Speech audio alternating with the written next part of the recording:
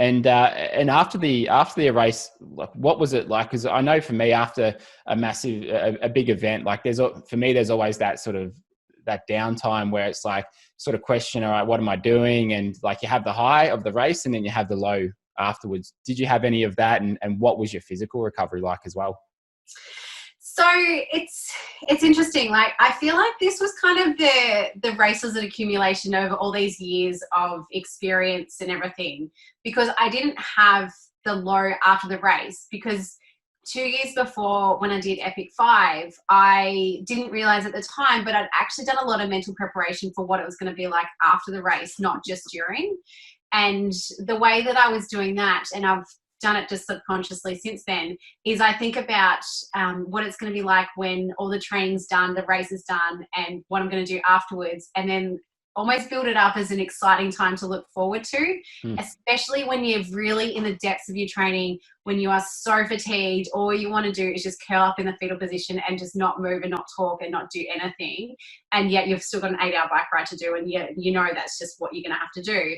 So then I'll say to myself, I'm like, how good is it going to be when you can just lie on the couch, you know, play with the cats, talk to my husband, watch Netflix? Like, that is going to be amazing. And so I build it up as this really exciting time. So then I can like have this celebration, and I don't have to, I don't go into that down, which is interesting, because I have had that before in other races.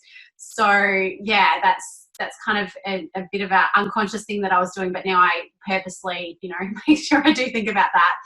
And then physically, my recovery after a big race like this, it's generally around about 6 months before I start to stop feeling that heavy fatigue.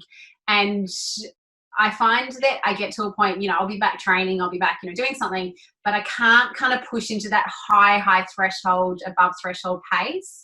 It's just not there. It's, you know, my my body and my heart are just like, no, you're good. We're capping you here. We're this is where we're stopping. So like immediately afterwards, I was actually in a much better physical state than I thought I would be. Like, I wasn't hobbling around like I'd been riding a horse for a week. Like, I was actually able to walk normally well. I didn't have any blisters on my feet, which is an absolute miracle. Like, that's been a ongoing thing that I've finally cracked the code for with my feet. So that's been amazing. But it's more just about the fatigue. So my husband and I were like, cause we're in America, and I didn't know how long the race was going to take. So our flights home ended up being about a week later, and we hadn't really planned what we were going to do. So we just kind of threw together, you know, a bit of okay, this is what we're going to do now. But I had to be really, really careful with my energy, because I'd be fine, and then suddenly I'd want to sleep. Like, it'd be like you're turning a light switch off, and I'd just be dead. And, you know, you'd be mid-conversation, and I'd be like, I just can't talk anymore. It's just too much. So it was interesting. And then my sleep was really disturbed. Like, I'd be waking up at 2-3 o'clock in the morning. I'd be wide awake as if, you know, it was first thing in the morning, ready to go.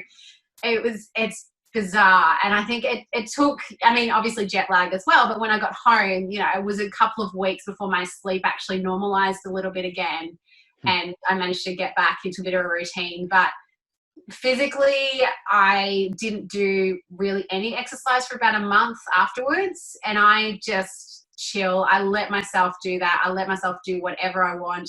I don't ever put pressure on myself to go and do something because, you know, I'm going to lose my fitness, or, you know, I have to do something. I should be doing something. I'm like, nope. If I don't want to do it, I won't do it.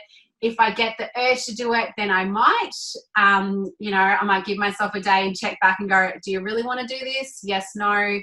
And if I decide I want to do something, and I've done this before, like I've driven to the pool to go for a swim, and I got out of the car and I'm like, I don't want to do this. I'm like, all right.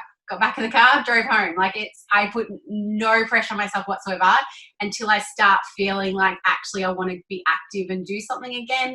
And then I call it exercise, not training, to take that pressure off it as well. So yeah, that's just a few things that I've done for years now, which really, really help with kind of my mental recovery as well, because you put so much into it.